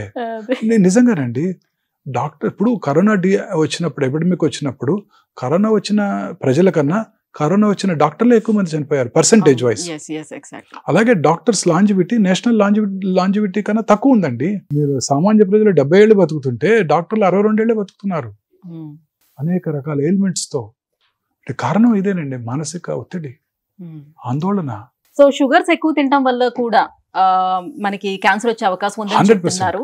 సో చిన్న పిల్లలు ఎక్కువగా ఈ పీచ్ మిఠాయిలు, కాటన్ క్యాండీస్ దాంట్లో అది తినడం వల్ల కూడా వస్తుంది. అవునండి, రోడమిన్ బి ఆల్రెడీ బ్యాన్ చేశారు కర్ణాటకలో, పాండిచేరిలో, ఫస్ట్ పాండిచేరిలో బ్యాన్ చేశారు. ఇప్పుడు ఈ మంచూరియా, కలర్స్, ఆ red colour chilli 65 chilli chicken 65 అది గ్రేట్ మెడ్రాస్లో స్టార్ట్ అయింది ఆ బేకరీలో. చికెన్ 65 అందులో వాడే కలర్స్ అన్ని కూడా కర్ణాటకలో బ్యాన్ చేశారండి ఫుడ్ సేఫ్టీ అథారిటీస్. అన్ని రకాల ప్రాసెస్డ్ ఫుడ్స్ మేడం. ఈ చికెన్ 65లో వాడే కలర్స్, చిల్లీ పౌడర్లో వాడే సూడాన్ రెడ్, పసుపులో వాడే లెడ్ క్రోమేటు, రోడమిన్ బి, అనేక రకాల ఐస్ క్రీములో వాడే ఎమల్సిఫైయర్స్, స్వీట్స్లో వాడే అనేక రకాలైన ప్రాసెస్డ్ కలర్స్, అజినమోటో, చైనీస్ ఫుడ్స్లో ఉండే అజినమోటో, అన్నీ అండి. ఇవన్నీ కూడా బిస్ఫెనాల్ ఏ, అన్నీ కూడా క్యాన్సర్ కారకాలండి. ఈ చాడ్ ఫుడ్ మీరు బాగా ఇష్టంగా తింటారా? తండూరి చికెన్, తండూరి పన్నీరు తక్కువేనా? పోన్లేండి అదృష్టవంతులు. ఆ బ్లాక్ కలర్ ఉంటుంది చూడండి, అందులో అనేక రకాలైన హైడ్రోకార్బన్స్ ఉంటాయి. అవన్నీ కూడా క్యాన్సర్ దారితీస్తాయండి. అన్ని రకాల food items, name any food item అండి. మ్యాంగోస్ మీద వాడే కలరు, వ్యాక్సింగు, తర్వాత ఫ్రూట్స్ మీద వాడే కలర్స్, ఫెర్టిలైజర్స్, పెస్టిసైడ్స్ అవి వదిలేసేయండి. ఈ కెమికల్స్ మన మధ్య సింగపూర్ ఎక్స్పోర్ట్ చేస్తే మన మసాలా పౌడర్స్ దాంట్లో బ్యాన్ చేస్తారు. మన ఆంధ్రప్రదేశ్ నుంచి ఎక్స్పోర్ట్ అయిన ప్రాన్స్ మన యుఎస్లో రిటర్న్ పంపించారు. క్రిమి సంహారక మందులు ఉన్నాయని, అవశేషాలు ఉన్నాయని. కొన్ని రకాల పికిల్స్ అక్కడికి ఎక్స్పోర్ట్ చేస్తే మన తెలుగు వాళ్ళు తింటారు కదా అని వాటిల్లో ఇన్సెక్టిసైడ్ ఉందని బ్యాన్ చేస్తారు. మీరు తాగే cool drink is just nothing but poison ma'am. Diet coke nothing but poison. ఇవన్నీ కూడా నాకు తెలియకుండా తీసుకున్నాను చిన్నప్పుడు. ఇవన్నీ నథింగ్ బట్. ఇప్పుడే డైట్ గురించి చదువుతూ ఉన్నాను ఈ మధ్య. ఇంకా క్యాన్సర్ ని మనం క్యూర్ చేయలేకపోతున్నాము. క్యాన్సర్ ని ప్రివెంట్ చేయడానికి మనం ఏం చేయాలి అంటే డైట్ ఏనండి most important. So now I'm working on diet. రోజు ఏదో ఒక వర్క్ చేస్తున్నాను డైట్ మీద, ఏదో ఒక రీల్ చేస్తూనే ఉన్నాను డైట్ మీద. మనం మన ప్రజల్లో అవగాహన పెంచి మంచి డైట్ కనుక వారు తీసుకుంటే అట్లీస్ట్ నెక్స్ట్ డికేడ్ లో క్యాన్సర్స్ తగ్గిపోవాలి. That is my aim now. So ఇవన్నీ కూడా అన్ని రకాల ఫుడ్ ఐటమ్స్, ప్రాసెస్డ్ ఫుడ్స్, ఇవన్నీ కూడా చాలా హానికరం అండి. పిల్లలు తినే చూరోసు, పిల్లలు తినే వాడు ఏమంటారండి చాలా రకరకాల ఐటమ్స్, పిజ్జాలు, బర్గర్లు అన్నీ కూడాను, కుర్కురేస్ అన్నీ కూడా. అసలు ఆ కుర్కురేస్ లో ప్లాస్టిక్ కూడా ఉంటుందంట, మైక్రో ప్లాస్టిక్స్. అన్ని రకాల ఫుడ్ ఐటమ్స్ కూడా డేంజరస్ అండి. ఓన్లీ ఫుడ్ లోని కలిపే కలర్స్ మాత్రమేనా, లేకపోతే మనకి ఇప్పుడు వాల్ పెయింట్స్ వేస్తూ ఉంటామా? అలానే ఇప్పుడు వినాయక చవితి కూడా వస్తుంది. సో వినాయక చవితిలోని ప్లాస్టర్ ఆఫ్ ప్యారిస్ కి దానికి కూడా పెయింట్స్ వేస్తూ ఉంటారు కదా. అన్ని రకాలు హానికరమేనండి. న్యాచురల్ పెయింట్స్ వాడుకోవాలి. అందాకెందుకండి, ఇప్పుడు మీరు అన్నారే ప్లాస్టిక్ బాటిల్లో వాటర్ తాగితే మైక్రో ప్లాస్టిక్స్ మన శరీరంలో ఇంజెస్ట్ చేస్తామని. నిన్ననే ఫ్రాన్స్ లో ఒక స్టడీ జరిగిందండి. అక్కడ అన్ని చోట్ల గ్లాస్ బాటిల్సే వాడతారు. ఆ గ్లాస్ బాటిల్స్ లో కూడా మైక్రో ప్లాస్టిక్స్ ఉన్నాయి. మరి అదెలా వచ్చింది అని మీరు అడగాలి నెక్స్ట్ క్వశ్చన్. ఆ గ్లాస్ బాటిల్ కున్న లిడ్ ఉంది చూడండి, ఆ లిడ్ కింద పెయింట్ చేస్తారే, అందులోంచి వచ్చాయంట. సో ఎక్కడి నుంచి అసలు ఎస్కేప్ అవ్వడానికి ఛాన్స్ లేదు. సో అది సో పూర్వకాలం లాగా మట్టి పాత్రలు, స్టెయిన్లెస్ స్టీల్, దాని ఏమంటారు మన మరచెంబు, రాగి మరచెంబు, రాగి, ఇత్తడి, ఇలాంటివన్నీ. మళ్ళీ అల్యూమినియం డేంజరస్ మేడం. అల్యూమినియం పాత్రలో వంట చేయడం కూడా డేంజరస్ అండి. మరి చుట్టే అల్యూమినియం ఫాయిల్స్ కూడా పరోటాస్ కి, పుల్కాకి నాకు ఇంకా కూడా అల్యూమినియం ఫాయిల్ లో పట్టుకొస్తున్నారు. నేను కూడా అడిగితే మా క్యాంటీన్ లో మొన్నే చెప్పాను తీసుకురాకండి అని, ఎవరికి సర్వ్ చేయొద్దని. ఇప్పుడు మీరు క్విక్ కామర్స్ లో మీరు ఆర్డర్ చేస్తారు. ఇప్పుడు ఈ పాన్స్ అన్ని యూస్ చేస్తున్నాం, ఇప్పుడు తగ్గిపోయిందండి, అన్ని అయిపోయింది. నాన్ స్టిక్ పాన్స్ అన్ని అవుట్డేటెడ్, ఇప్పుడు ఎవరు వాడట్లేదండి. కాస్ట్ ఐరన్ అవే వాడుతున్నారు అందరు కూడా. సో తర్వాత మీరు క్విక్ కామర్స్ లో ఆర్డర్ చేస్తారు ఇడ్లీ, ఆ బ్లాక్ ప్లాస్టిక్ కంటైనర్ లో వస్తాయి, చాలా అట్రాక్టివ్ గా ఉంటుంది కదా, చక్కగా ప్లాస్టిక్ స్పూన్ తో తినేస్తాం కదా. అవన్నీ 100% క్యాన్సర్ కారకాలు. పొద్దున్నే వైట్ ప్లాస్టిక్ లో వచ్చే ఇడ్లీ. నేను కూడా చాలా సంవత్సరాలు అయిపోయింది చోలే భతురా తిని మా అబ్బాయిని అడిగాను, ఎక్కడ దొరుకుతుంది చోలే భతురా అంటే హల్దీరామ్ లో బాగుంటుంది డాడ్ అని. మన సండే తెప్పిస్తే ప్లాస్టిక్ కంటైనర్ లో ఉంది, తినబుద్ధి కాలేదు ఇంకా. మా చిన్నప్పుడు ఇట్ వాజ్ వెరీ ఫేమస్. పాండిచేరిలో కాలేజ్లో, మెడికల్ కాలేజ్లో వన్స్ ఎ వీక్ సర్వ్ చేసేవారు. ఇప్పుడు అది గుర్తుకొచ్చి ఇన్ని సంవత్సరాలతో తెప్పిస్తే లేదండి. I was so scared. So ఈ ప్లాస్టిక్ కంటైనర్స్ అన్ని డేంజరస్ ఏనండి. సో ఇప్పుడు మహిళల్లో వచ్చేటువంటి బ్రెస్ట్ క్యాన్సర్ గురించి మాట్లాడుకుందాం. అలాగే గర్భాశయ క్యాన్సర్ విషయానికి వచ్చేటప్పటికి, సో హెచ్పివి వ్యాక్సిన్ ఎంతవరకు ప్రొటెక్ట్ చేస్తుంది, ఎవరికి ఇవ్వాలి ఈ వ్యాక్సిన్ అనేది, సో ఎప్పుడు ఇస్తే అది హెల్ప్ఫుల్ అవుతుంది? 100% human papillomatus virus is the causative agent for cervical cancer. Okay. ఈ రిపీటెడ్ వైరల్ ఇన్ఫెక్షన్ వల్ల ఈ క్యాన్సర్ వస్తుందండి. ఈ క్యాన్సర్ ఈజ్ ఒక ఇంట్రెస్టింగ్ టైప్ అండి. ఇదేంటంటే ఇప్పుడు కరోనా వైరస్ ఇన్ఫెక్షన్ వచ్చింది అనుకోండి, ఆ తర్వాత మనకి దాంట్లో యాంటీబాడీస్ డెవలప్ అవుతాయి. రెండోసారి కరోనా ఇన్ఫెక్షన్ వస్తే మనం దాన్ని చక్కగా ఓవర్కమ్ అవ్వగలుగుతాం కదా. ఈ వైరస్ ఎంత స్మార్ట్ అంటే హ్యూమన్ పాపిలోమాటస్ వైరస్ అది సర్వైకల్ ఎపిథీలియంలో ఉంటుంది, సెల్ లోపల ఉంటుంది, మన బాడీలో ఉండే ఇమ్యూన్ మెకానిజమ్స్కి చెక్కదు. సో దట్ యాంటీబాడీస్ డెవలప్ అవ్వవు. సో రిపీటెడ్ వైరల్ ఇన్ఫెక్షన్స్ వాళ్ళలో వస్తున్నట్టయితే వాళ్ళలో అది క్యాన్సర్గా మారుతుంది. సో దీనికి కనుక మీరు హెచ్పివి వ్యాక్సిన్ కనుక ఇచ్చినట్టయితే మన పిల్లలకి, అప్పుడు దాంట్లో ఇమ్యూనిటీ డెవలప్ అయ్యి ఆ రిపీటెడ్ వైరల్ ఇన్ఫెక్షన్స్ని ప్రివెంట్ చేస్తుంది. తద్వారా క్యాన్సర్ రాకుండా ఉంటుంది. ఐడియల్ ఏజ్ పిల్లలకి 9 to 14 years. ఇండియన్ గవర్నమెంట్ మొన్న ఈ మధ్యనే లాస్ట్ ఇయర్ బడ్జెట్లోనే అనౌన్స్ చేశారు, మన పిల్లలందరికీ కూడా వాళ్ళ గవర్నమెంట్ ఫ్రీగా వ్యాక్సిన్ అందజేస్తుంది. బాయ్స్ అండ్ గర్ల్స్ ఇద్దరికి? గర్ల్స్కి, ఓన్లీ గర్ల్స్కి. యాక్చువల్లీ బాయ్సే ఈ ఇన్ఫెక్షన్ ఆడపిల్లలకి ఇస్తారు. సో బాయ్స్ కూడా ఇమ్యూనిటీ పెంచడానికి కోసం అనేక రకాల క్లినికల్ ట్రయల్స్ జరుగుతున్నాయి. వన్స్ దే ఆర్ అసెస్డ్, ఆ తర్వాత బాయ్స్కి ఇవ్వడం జరుగుతుంది.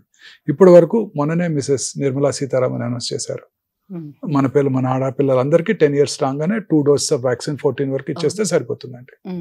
ఆ తర్వాత తీసుకునే వాళ్ళు మాత్రం 3 doses తీసుకోవాల్సి ఉంటుంది. 3 doses. ఓకే. అంటే ఈ హెచ్పివి వైరస్ అనేది కేవలం లైంగిక సంబంధాల మూలంగానే ఇది స్ప్రెడ్ అవుతుందా? సైంటిఫిక్ గా ఇది ప్రూవెనా? Yes, proven, very much. Michael Douglas, ఆయనకు ఓరల్ క్యావిటీలో వచ్చింది. He believes it's because of oral sex. Famous Hollywood movie artist, Kramer versus Kramer, very famous artist. Okay. Basic Instinct, detective గా చేస్తాడు. ఆయనకి టంగ్ క్యాన్సర్ వచ్చింది, బేస్ టంగ్ క్యాన్సర్, క్యూర్ అయిపోయింది, he was fine. Okay. So human papillomatus virus, saliva నుంచి కూడా human papillomatus virus is the most important cause for oral cancers in United States. ఇండియాలో it is tobacco. ఆడవాళ్ళలో గర్భసంచి ముఖ ద్వారా cancer. So ఇవన్నీ కూడా హ్యూమన్ పాపిలోమాటస్ వైరస్ ఇన్ఫెక్షన్ వల్లే వస్తున్నాయండి. రైట్ సార్, ఇక ట్రీట్మెంట్స్ విషయానికి వద్దాం. సో ఉన్నటువంటి ఇప్పుడు ఈ క్యాన్సర్స్ కి మనకి లేటెస్ట్ గా అందుబాటులోకి వచ్చేసినటువంటి ట్రీట్మెంట్స్ ఏమేమి ఉన్నాయి? క్యాన్సర్ కి ట్రెడిషనల్ ట్రీట్మెంట్స్ ఏనండి. Surgery is the main stay of treatment. కానీ చాలా మందిలో ఒక అపోహ ఉంది, కత్తి పెడితే క్యాన్సర్ పెరిగిపోద్ది. ఇప్పుడు కూడా అడుగుతుంటారు నన్ను. ఇంత మన అవగాహన కార్యక్రమాలు గత 30 ఏళ్ళుగా నేను చేస్తున్నప్పటికీ, నేనే కాదు ఇప్పుడు కొన్ని 100 మంది క్యాన్సర్ సర్జన్స్, స్పెషలిస్టులు అనేక రకాల యూట్యూబ్ ప్రోగ్రామ్స్ చేస్తున్నప్పటికీ, మన న్యూస్ పేపర్స్, టీవీ ఛానల్స్ అనేక రకాలు మీరు ఎంతో కష్టపడి ఈ ప్రోగ్రామ్స్ చేస్తున్నప్పటికీ కూడా చాలా మంది ఈ రోజు కూడా అడుగుతారు, బయాప్సీ చేయాలి అనగానే ఏంటి బయాప్సీ చేస్తారా, నీడిల్ పెట్టి గుచ్చుతారా, తేనె తుట్టుని కదిలిస్తే ఎలా పెరిగి పాకిపోతుందో అలా క్యాన్సర్ పాకిపోతుందంట కదా అని అడుగుతుంటారు. చదువుకున్న వాళ్ళే. కత్తి పెట్టి క్యాన్సర్ని కోస్తారా, కత్తి పెడితే క్యాన్సర్ పెరిగిపోతుందనే కదా అందరు చెప్పుకుంటా ఉంటారు అని అడుగుతుంటారు. దిస్ ఈస్ పూర్తిగా అపోహ మాత్రమే. అంటే వాళ్ళకున్న బిలీవ్ ఏంటంటే ఒక పుండుని చిట్లించితే ఎట్లా అయితే అది అలా స్ప్రెడ్ అయిపోతుందో అలా అయిపోతుందని అనుకుంటున్నారు.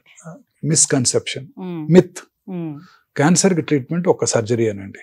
బ్రెయిన్ లో ట్యూమర్ అయినా, కాలు చిటికెన్ వేల్లో వచ్చే మెలనోమా అయినా, ఎక్కడొచ్చినా బ్లడ్ క్యాన్సర్ తప్ప క్యాన్సర్ని సర్జరీ చేయటం ద్వారానే క్యూర్ చేయవచ్చు. ఇంకే ఏ ఇతర చికిత్స కూడా క్యూర్ చేయలేదు. బ్లడ్ని కట్ చేయలేం కదండి, బాడీ అంతా ఉంటుంది. వాటిని కీమోథెరపీ, టార్గెటెడ్ థెరపీ, ఇమ్యూనోథెరపీ ద్వారా బ్లడ్ క్యాన్సర్స్ని క్యూర్ చేయవచ్చు. మిగతా ఏ క్యాన్సర్ అయినా అర్లీగా కనుక్కుంటే శస్త్రచికిత్స, సర్జరీ ద్వారానే క్యూర్ చేయగలుగుతాం. కానీ ఎవరు కూడా అర్లీ స్టేజ్లో రారు. అర్లీ స్టేజ్లో పెద్దగా సిమ్టమ్స్ కలిగించవు, సైలెంట్ కిల్లర్, పెరిగిపోతూ ఉంటాయి, పెరిగినాకే వస్తారు. కాబట్టి సర్జరీ చేసే స్టేజ్ దాటిపోయినప్పుడు ముందుగా కీమోథెరపీ లేక రేడియోథెరపీ లేదా 2 కలిపి ఇచ్చి డౌన్ సైజ్ చేసి ఆ తర్వాత సర్జరీ చేసే స్టేజ్కి వస్తే సర్జరీ చేస్తుంటాం. ఇది cancer treatment. So main treatment surgery, chemotherapy, radiotherapy.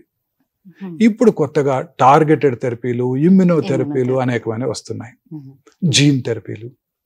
Targeted therapy అంటే కొన్ని రకాల మందులు క్యాన్సర్ సెల్నే టార్గెట్ చేస్తూ శరీరంలో ఉన్న ఇతర కణజాలానికి ఎటువంటి హాని కలిగించినటువంటివి టార్గెట్ థెరపీస్. ఇక ఇమ్యూనోథెరపీ అనేది ఒక వెరీ ఇంట్రెస్టింగ్ కాన్సెప్ట్. ఫ్యూచర్లో ఇవే ఉండబోతున్నాయి. కాకపోతే ఇప్పుడు పేటెంట్ లాస్ వల్ల మన భారతదేశంలో అవి అందుబాటులో లేకపోవడంతో చాలా ఎక్స్పెన్సివ్గా ఉంటున్నాయి, prohibitively expensive, beyond the reach of a rich man also.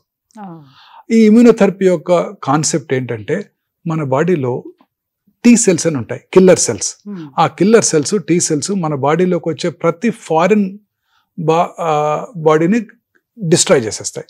ఉదాహరణకి bacterial infection, TB infection, corona viral infection, transplanted organ. For example ఎవరైనా పేషెంట్కి ట్రాన్స్ప్లాంట్ చేశారనుకోండి, ఇమీడియట్గా అతని బాడీలో ఉండే ఆ రెసిపియంట్ యొక్క బాడీలో ఉండే టీ సెల్స్ ఆ ట్రాన్స్ప్లాంటెడ్ ఆర్గన్ని డ్యామేజ్ చేసేసి రిజెక్ట్ చేసేస్తాయి. అందుకే కిడ్నీ ట్రాన్స్ప్లాంట్ తర్వాత కానీ, లివర్ ట్రాన్స్ప్లాంట్ తర్వాత కానీ, హార్ట్ ట్రాన్స్ప్లాంట్ తర్వాత కానీ ఇమ్యూనో సప్రెసివ్ థెరపీ ఇస్తారు, లైఫ్ లాంగ్ ఇస్తారు. So that our own immunity does not reject that organ. So అలా రిజెక్ట్ చేస్తాయి. అలాగే మన టీ సెల్స్ క్యాన్సర్ సెల్ని కూడా డిస్ట్రాయ్ చేసేస్తాయి. మరి మన టీ సెల్స్ యాక్టివ్గా ఉండాలంటే మనం ఏం చేయాలండి? ప్రశాంతంగా ఉండాలి, హ్యాపీగా ఉండాలి. సంతోషం సగం బలం, సగం కాదు 100% బలం. సో ఈ టీ సెల్స్ యాక్టివ్గా ఉన్నట్టయితే మనకి ఏ జబ్బులు రావు. కానీ cancer cells are much smarter than scientist. అవేం చేస్తాయి? ఈ టీ సెల్స్ని మాస్క్ చేస్తాయి లేదా బ్లాక్ చేస్తాయి. ఈ అన్మాస్కింగ్ అంటే క్యాన్సర్ సెల్ టీ సెల్ని మాస్క్ చేయకుండా కాపాడటాన్ని ఇమ్యూనోథెరపీ అంటాం.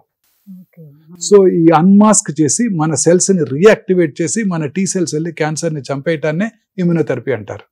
Most natural way of killing the cancer. So ఇక రానున్న కాలంలో ఇవే ఉంటాయి. క్యాన్సర్కే కాదు, అన్ని రకాల ఎలిమెంట్స్కి ఇవే ఉంటాయి, ఇమ్యూనోథెరపీసే ఉంటాయి. అది ఫ్యూచర్ అంతా ఇదే ఉండబోతుంది.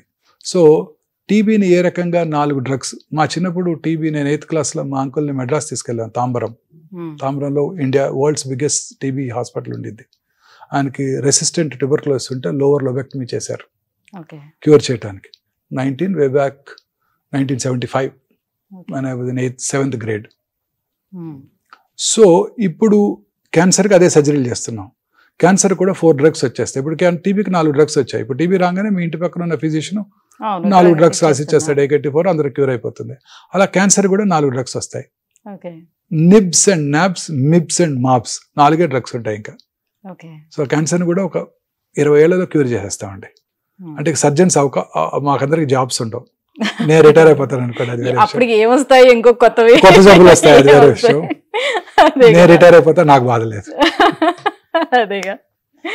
రైట్ సార్, ఇప్పటికీ మిమ్మల్ని అడుగుతూ ఉంటారు కదా, ట్రీట్మెంట్ తీసుకున్న వాళ్ళందరూ కూడా యూనో కీమోథెరపీ కానీ రేడియేషన్ థెరపీ కానీ తీసుకుంటే సైడ్ ఎఫెక్ట్స్ చాలా ఉంటాయి అని. సో కీమోథెరపీలో కూడా ఒకసారి ప్లాటిన్ ఉపయోగించి ఒకసారి ప్లాటిన్ తోటి చేతులు కాళ్ళు అన్ని మంటలు వస్తాయి.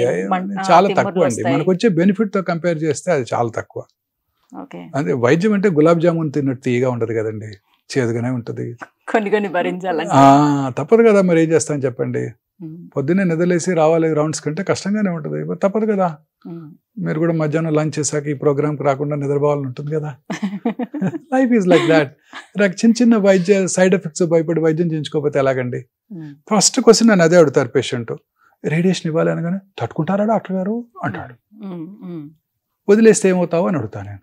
ట్రీట్మెంట్ తర్వాత వాళ్ళ ఇమ్యూన్ సిస్టమ్ ఎలా ఉంటుంది సార్? బాగుంటుందండి. ఇది జస్ట్ మిస్నోవర్ అంతేనండి, మిస్కన్సెప్షన్ అండి. క్యాన్సర్ ట్రీట్మెంట్ తీసుకుంటే ఇమ్యూనిటీ తగ్గిపోద్ది, బాగా వీక్ అయిపోతారు, ఇదైపోతారు అని అన్ని అపోహలేనండి. యువరాజ్ సింగ్ ఏమైనా అయిందా? చక్కగా క్రికెట్ ఆడుకోలేదు. లాన్స్ ఆర్మ్స్ట్రాంగ్, మనీషా కొయిరాలా ఎంత అందంగా ఉన్నారండి, ఇప్పుడు అంతే అందంగా ఉన్నారు. Lisa Ray, she is very beautiful.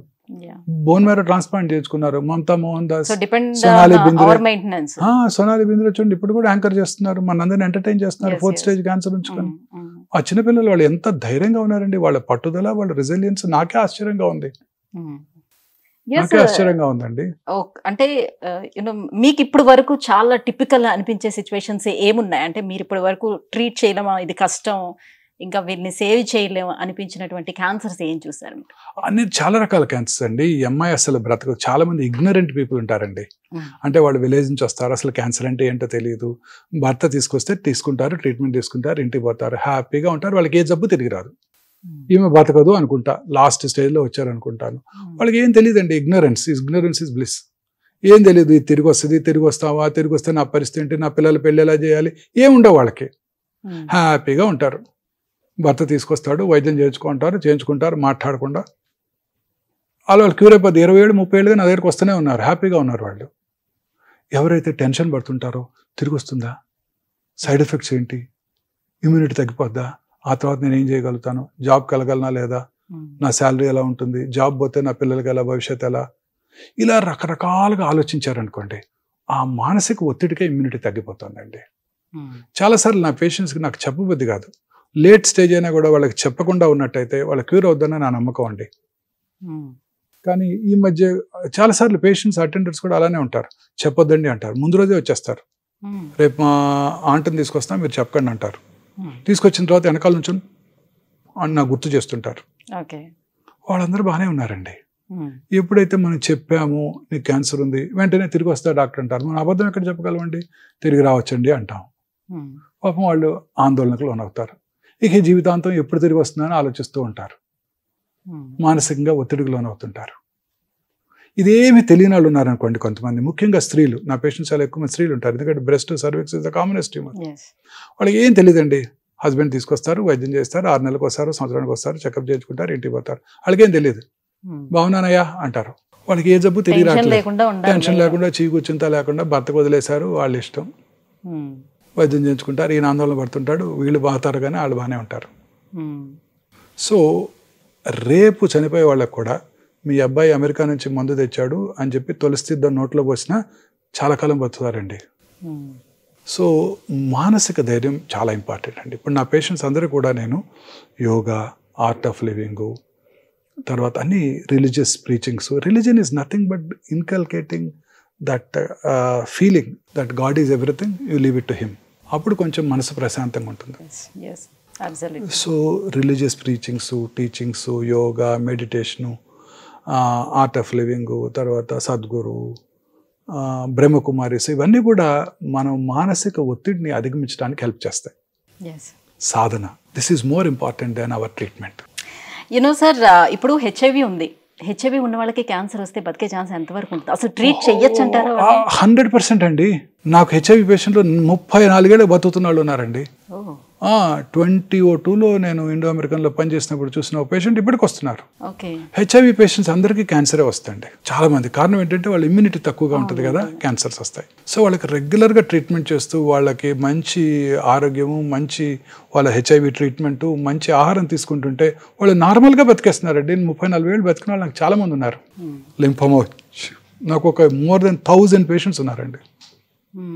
So HIV patients కూడా నార్మల్గానే ట్రీట్ చేయాలి వాళ్ళని. వాళ్ళు కూడా మంచి ఆహారం తీసుకుంటూ, ఆ మందులు సక్రమంగా వాడుకుంటూ క్యాన్సర్ ట్రీట్మెంట్ తీసుకుంటే వాళ్ళకు కూడా క్యూర్ అయిపోతుందండి. అసలు ఎటువంటి ప్రాబ్లం ఉండదు. డెఫినెట్ అండి, అన్ని రకాలుగా అన్ని క్యూర్ అవుతాయండి మీరు ధైర్యంగా ఉన్నట్టయితే. అంతే. రైట్. ఈ క్యాన్సర్ పైన చాలా మందికి ఉన్నటువంటి కొన్ని అపోహలు ఏవైతే ఉన్నాయో అవి క్లారిఫై చేసుకుందాం సార్.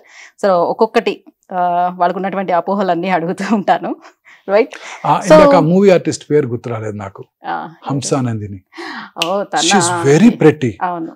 మన హీరోయిన్స్ అందరికన్నా అందంగా ఉంటుంది, మంచి టాల్ పర్సన్, చాలా మంచి కాంపిటీషన్, చాలా. మిర్చి సినిమాలో ఉంది. ఆ అమ్మాయి ఆ క్యాన్సర్ వచ్చింది అని చెప్పి ఆ తర్వాత క్యాన్సర్ ట్రీట్మెంట్ తీసుకుంటూ షేవెన్ హెడ్ ని చూపించి, మన చాలా మంది ఫ్యామిలీ ఉమెన్ కూడా అదేంటి హెయిర్ ఊడిపోద్దా అని డిప్రెషన్కి లోనవుతారు. అమ్మాయి చూడండి, అంత టాప్ మూవీ ఆర్టిస్ట్ అయ్యుండి, సోనాలి బింద్రే, మనీషా కొయిరాలా వాళ్ళ క్లీన్ హెడ్ని చూపించి, ఇదిగో నేను చూడు నేను ఎలా ఉన్నాను అని చూపించి మళ్ళీ అమ్మాయి ఆ తర్వాత రికవర్ అయినాక మళ్ళీ చక్కగా అంతే అందంగా ఉందండి అమ్మాయి, ఇంకా అందంగా ఉంది రికవర్ అయినాక. డిడ్ యూ మిస్ మీ అని అడుగుతోంది ట్వీట్ చేసి. నేను ఇమీడియట్గా ట్వీట్ చేశాను, వై మిస్డ్ యూ మ్యామ్.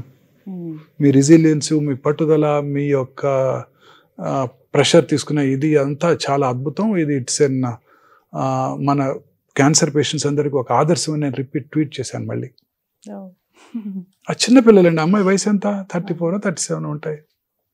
అంటే ఎంత ధైర్యంగా ఉన్నారండి. సోనాలి బింద్రేకి వచ్చినప్పుడు 42 years, మనీషా కొయిరాలాకి వచ్చినప్పుడు 37 years, మమతా మోహన్ దాస్కి వచ్చినప్పుడు ఎంతండి, 30 years, యువరాజ్ సింగ్ 27 years. చూడండి యువరాజ్ సింగ్ ఎలా ఉన్నారు ఇప్పుడు, ఎంత ధైర్యంగా ఉన్నారు. And they are all Lisa Ray 24 years. So cancer అనేది క్యూరబుల్, అది మాత్రం పెట్టుకోవాలి. వాళ్ళందరూ ఇప్పుడు చారిటీ ప్రోగ్రామ్స్ చేస్తూ క్యాన్సర్ పేషెంట్స్ కి అవేర్నెస్ క్రియేట్ చేస్తూ క్యాన్సర్ పేషెంట్స్ కి ఫండ్స్ మొబిలైజ్ చేస్తున్నారు. చూడండి ఎంత ధైర్యంగా, ఎంత ఆనందంగా ఉన్నారు. Yuvraj Singh today, I saw in the newspaper today, మొత్తం ఇంగ్లీష్ కెవిన్ పీటర్సన్, తర్వాత విరాట్ కోహ్లీ, తర్వాత సచిన్ తెండూల్కర్, వాళ్ళంతా కలిసి ఇంగ్లాండ్లో ప్రోగ్రామ్స్ చేస్తూ క్యాన్సర్ పేషెంట్స్కి అవేర్నెస్ క్రియేట్ చేస్తూ క్యాన్సర్ ఫండ్ ఒకటి పెట్టి క్యాన్సర్ చారిటీకి, రీసెర్చ్కి వారు మనీ కలెక్ట్ చేస్తున్నారు. ఈ లిజారే తను రాసిన పుస్తకాల మీద, తను చేసిన ఫ్యాషన్ షోల మీద వచ్చిన మనీ అంతా కూడా డొనేట్ చేసేసారు చారిటీకి, మల్టిపుల్ మైలోమా రీసెర్చ్. ఎస్, ఎందుకంటే వాళ్ళు అది ఫేస్ చేశారు కాబట్టి, చాలా మంది ఫేస్ చేశారండి, ఇండస్ట్రీ చేశారు కాబట్టి వాళ్ళకి తెలుస్తుంది చాలా మంది దీని ఫేస్ నుంచి ఎలా చేశారు. ఎవరైనా బయటపడాలి, ఏం డొనేట్, చేయాలి, ఎవరికి మనం హెల్ప్ చేస్తే దాని పెయిన్ ఎలా ఉంటుంది. చాలా మంది పొలిటీషియన్స్, ఇండస్ట్రియలిస్ట్ కూడా ఫేస్ చేశారు. వాళ్ళు ఎవరు ఇలా చేయలేదే, ఈ పిల్లలే ఇలా చేస్తున్నారు. నేను అనుకున్నాను మూవీ ఇండస్ట్రీలో వాళ్ళందరికీ ఇంత ఇంటెలిజెన్స్, ఇంత ఓర్పు, ఇంత రిజల్ట్స్ ఉంటుందని ఇప్పుడు అనుకోవాలి. ఏదో చక్కగా యాక్ట్ చేస్తారు, వెళ్ళిపోతారు, డబ్బులు తీసుకుని అనుకున్నాను తప్ప వాళ్ళలో ఇంత మెచ్యూరిటీ ఉంటుంది. వాళ్ళే అందరికన్నా ఇంత బాగా సబ్జెక్ట్ని గ్రాస్ప్ చేసి ప్రజలకు సహాయం చేస్తున్నారు. ఎంత ధైర్యం ఉండాలండి ఆ అమ్మాయికి, సోనాలి బింద్రేకి చివరి స్టేజ్ క్యాన్సర్లో ఉండి షోలో కూర్చొని మన ఎంటర్టైన్ చేయడానికి. That is spirit. వయసు ఎంత అండి? నాకు 60 years వచ్చినాయి. నాకే చాలాసార్లు ఆందోళనకు లోనవుతుంటాను. అమ్మాయి చూడండి, లైఫ్ 4th stage అయినా కూడా ఎంత ధైర్యంగా. మనీషా కొయిరా ఎన్ని షోస్ చేస్తున్నారు, ఫ్యాషన్ షోస్లో పార్టిసిపేట్ చేస్తున్నది. సో చాలా మంది ఉన్నారు అలా చెప్పుకోవడానికి. మనం చెప్పుకున్నా పోతూ ఉంటుంటే చాలా మంది కనిపిస్తూ ఉంటారు. సో బేసిక్గా ఏంటంటే క్యాన్సర్ అనేటప్పటికల్లా నేను చచ్చిపోతానేమో అనే ఫీలింగ్ చాలా మందిలో ఉంటుంది. బట్ క్యాన్సర్ అనేది క్యూరబుల్. సో ఎలాంటి క్యాన్సర్ అయినా క్యూర్ చేసే అలాంటి ఎక్విప్మెంట్స్ కానివ్వండి, ఆధునిక చికిత్సా పద్ధతులు కానివ్వండి ఇప్పుడు మనకు అందుబాటులోకి వచ్చేసాయి కాబట్టి ఎవరు టెన్షన్ పడాల్సిన అవసరం అయితే ఫస్ట్ రైట్. సో ఇప్పుడు అందరికీ ఉన్నటువంటి కొన్ని అపోహలు ఏవైతే ఉన్నాయో అవి అడుగుతాను సార్. సో క్యాన్సర్ అనేది అంటువ్యాధ. సో ఎస్, మరి హెచ్పివి వైరస్ ఉంది. సో అది ఒకరి నుంచి మరొకరికి సెక్షువల్ కాంటాక్ట్ ద్వారా వస్తుంది. But HPV virus is viral infection. దాన్ని ప్రివెంట్ చేసుకోగలిగితే you can prevent it. Cancer తల్లి నుంచి పిల్లలకి రావటం అంటే చాలా మంది అడుగుతుంటారు, ఇంట్లో చిన్నపిల్లలు ఉన్నారు, క్యాన్సర్ వస్తుందా? మా నాన్నగారికి క్యాన్సర్ వచ్చింది, ఓరల్ క్యాన్సర్ వచ్చింది, వాళ్ళ మనవాడిని ముద్దు పెట్టుకుంటే క్యాన్సర్ వస్తుందా? ఆయన వాడిన టవల్స్ వాడితే వీరికి వస్తుందా? ఆయన పక్కన వీరు పడుకుంటే వస్తుందా? తల్లి గారికి ఉంది, తల్లి ఫీడ్ చేస్తే క్యాన్సర్ వస్తుందా? ఇవన్నీ కాదు, అవన్నీ రావు. అంటువ్యాధి కాదు, వంశపారంపర్యం కాదు. వేళ్ల మీద లెక్క పెట్టదగిన 6 cancers, breast, thyroid, pancreas, prostate, colon, ovary, ఇవి కనుక ఫ్యామిలీ మెంబర్స్లో ఉంటే వాళ్ళ నియరెస్ట్ రిలేటివ్స్, 1st degree రిలేటివ్స్కి క్యాన్సర్ వచ్చే అవకాశం సాధారణ ప్రజానీకం కన్నా కొంచెం ఎక్కువ. అంతే తప్ప వాళ్ళకి వస్తుందని కాదు. Okay, that's fine. So cancer వచ్చిందని అంటే జీవితాంతం వాళ్ళు జీవించలేరు. సో నా క్యాన్సర్ కొంతవరకు మాత్రమే నా లైఫ్ స్పాన్ ఉంటుంది ఇంకా అని, అది పూర్తిగా అపోహ మాత్రమే. ఇప్పుడే చూసాం చరిత్రలో ఎన్నో ఎగ్జాంపుల్స్, క్యాన్సర్ వచ్చి క్యూర్ అయ్యి ఎన్ని గొప్ప పనులు చేశారో వాళ్ళంతా కూడా. Mister Neelam Sanjeev Reddy, mister Julius Jayewardene, mister Ronald Reagan, mister Francois Mitterrand France, వీళ్ళందరూ క్యాన్సర్ వచ్చి క్యూర్ అయ్యి ఆ తర్వాత ప్రజాస్వామ్య దేశాలని అధ్యక్షులుగా ఉన్నారు. సో క్యాన్సర్ ని అలాగే cricketers Simon Donnell, Yuvraj Singh, Malcolm Marshall, వీళ్ళంతా కూడా క్యాన్సర్ ని జయించి వరల్డ్ కప్ లో పార్టిసిపేట్ చేసి వాళ్ళ రెస్పెక్టివ్ సో ఒకసారి క్యాన్సర్ ని ఐడెంటిఫై చేసిన తర్వాత ఇమ్మీడియట్ గా సర్జరీ అనేది చేయాలా? ఒకటే ఆప్షన్. క్యాన్సర్ ఐడెంటిఫై చేశాక క్యాన్సర్ ని స్టేజ్ చేసి స్టేజ్ ని బట్టి ట్రీట్మెంట్ ఉంటుంది. అర్లీ స్టేజ్ అయితే చాలా రకాల క్యాన్సర్స్ కి సర్జరీ చేస్తాము. కొన్ని రకాల వెరీ అర్లీ స్టేజ్ క్యాన్సర్స్ లో రేడియేషన్ తో కూడా క్యూర్ అవుతూ ఉంటుంది. కొన్ని రకాల క్యాన్సర్స్ కి కీమోథెరపీ, టార్గెటెడ్ థెరపీ, ఇమ్యూనోథెరపీ ఇస్తారు, ముఖ్యంగా హిమటలాజికల్ మెలిగ్నెన్సీస్. ఓకే, సో మనం రెగ్యులర్ గా యూజ్ చేసే మొబైల్ ఫోన్, సో దీన్ని అయితే వదిలిపెట్టాం కదా. సో మొబైల్ ఫోన్ వల్ల క్యాన్సర్ వస్తుందా? మైక్రోవేవ్స్ యూజ్ చేస్తాం. మొబైల్ ఫోన్ వల్ల చాలా సార్లు, ఎస్పెషల్లీ కొన్ని ఇయర్స్ బ్యాక్ WHO ఒక వార్నింగ్ కూడా ఇచ్చింది. కొన్ని రకాల ఇంతకుముందు వాడే CDMA ఫోన్స్ అని ఉండే, గుర్తుందండి, 9246 ఏదో నెంబర్ ఉంటుంది వాటికి. వాటిని ఎక్కువగా వాడటం వల్ల పెరోటిడ్ క్యాన్సర్, బ్రెయిన్ క్యాన్సర్ వచ్చే అవకాశాలు ఎక్కువ ఉంటాయి. సో ప్రిఫరబుల్లీ పిల్లలందరూ కూడా మొబైల్ ఫోన్స్ని వాడకం తగ్గించుకోవాలని అప్పుడు వార్నింగ్ ఇచ్చారు. ఇప్పుడు కొత్తగా వచ్చిన ఈ ఐఫోన్స్లో రేడియేషన్ డోస్ చాలా తక్కువగా ఉంటుంది. సో అప్పటికి కూడా పిల్లలకి ఫోన్ ఇవ్వటం నాట్ అడ్వైజబుల్. ఛార్జింగ్ బాగా తక్కువగా ఉన్నప్పుడు ఫోన్ వాడటం కూడా కొంచెం రేడియేషన్ ఎక్స్పోజర్ ఎక్కువ ఉంటుంది. సో వీటిని అవాయిడ్ చేయాల్సి ఉంటుంది. యాజ్ ఆఫ్ నో ఈ present mobile phones are safe. Okay, so cancer genetic అయితే దాన్ని మనం తప్పించలేము.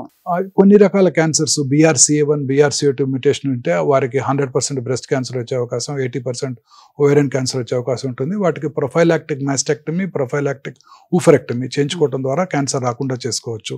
మిస్ ఆంజెలినా జోలీ, తల్లిగారికి ట్రిపుల్-నెగటివ్ బ్రెస్ట్ క్యాన్సర్ ఉందని తెలిసి world top Hollywood movie heroine, వారు 2011లోనే ఈ BRCA1, BRCA2 టెస్ట్ చేయించుకొని వారికి పాజిటివ్గా ఉండటంతో ముందుగానే 2 బ్రెస్ట్లు, 2 ఓవరీలు తీసేసుకొని ఇప్పుడు హ్యాపీగా మూవీస్లో యాక్ట్ చేస్తున్నారు. ఓకే, సో ఓవరీస్ తీసేయడం వల్ల ఎలాంటి ఇబ్బంది ఉండదు? ఇబ్బంది ఏముండదండి, క్యాన్సర్ రాకుండా పోయింది. కొన్ని రకాల హార్మోన్ తగ్గిపోవడం వల్ల, అర్లీ మెనోపాజ్ వల్ల ఆస్టియోపరోసిస్, కరోనరీ ఆర్టరీ డిసీజ్ వచ్చే అవకాశాలు ఎక్కువగా ఉంటాయి. వాటిని మేనేజ్ చేసుకోవచ్చు. బట్ తీయకపోతే 100% క్యాన్సర్ వస్తుంది ఆ అమ్మాయికి. అంతేగా.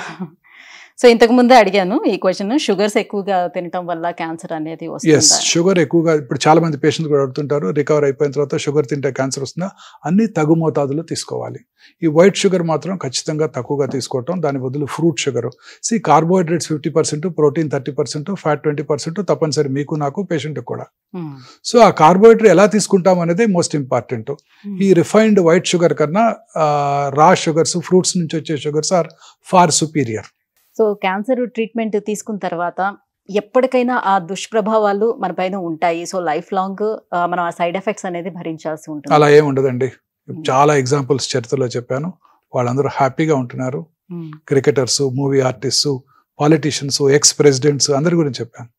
ఆ సైడ్ ఎఫెక్ట్స్ ఏమి ఉండకుండా ఉండటానికి ఏం చేయాలంటారా? ఏం ఉండవండి వాళ్ళకి, ఏమి ఉండవు. రొనాల్డ్ రేగన్ గారికి ఏం లేదు, ఆయన క్యాన్సర్ వల్ల చనిపోలేదు, అల్జీమర్స్ డిసీజ్ వల్ల చనిపోయారు. ఫ్రాంకోయిస్ మిత్రాకి ప్రాస్టేట్ క్యాన్సర్ ఉండింది, జూలియస్ జయవర్ధన్కి ప్రాస్టేట్ క్యాన్సర్ ఉండింది, వారు కర్నరీ ఆర్టరీ డిసీజ్ వల్ల చనిపోయారు. మిస్టర్ నీలం సంజీవ్ రెడ్డి గారికి లంగ్ క్యాన్సర్ ఉండింది, వారు కార్డియోమైపతి వల్ల చనిపోయారు 15 ఏళ్ల తర్వాత, 20 ఏళ్ల తర్వాత. క్యాన్సర్ అంటే మరణ శాసనం కాదు. It's not like writing an obituary note. మీరు ఇన్ని ఎగ్జాంపుల్స్ చెప్పిన తర్వాత కూడా ఇంకా అది మరణ శాసనం అని అనుకుంటే ఎలా అవుతుంది? సో ఎప్పుడు కూడా వాళ్ళ అబ్జర్వేషన్ లో లైఫ్ లాంగ్ ఉండాల్సిందేనంటారా? ట్రూ, రెగ్యులర్ చెకప్ లో ఉండటం మంచిది. ఇప్పుడు నాట్ దట్ ఆ క్యాన్సర్ తిరగబెడుతుందని కాదండి. ఇప్పుడు ఓరల్ క్యావిటీలో బక్కల్ మ్యూకోజాలో క్యాన్సర్ వచ్చింది అనుకోండి, వాళ్ళకి అదే ఏరియాలో ఇంకో చోట వచ్చే అవకాశాలు ఎక్కువగా ఉంటాయి. రెగ్యులర్ స్క్రీనింగ్ చేసుకుంటూ ఉండటం మంచిది. Thank you sir, thank you so much. Me precious టైంని మాకు స్పెండ్ చేశారు, ఈ క్యాన్సర్ల పైన ఇంత అవగాహన కూడా కల్పించారు. సో అందరికీ ఉన్నటువంటి అపోహలను కూడా క్లియర్ చేశారు. Thank you so much. Thank you అండి, నమస్తే.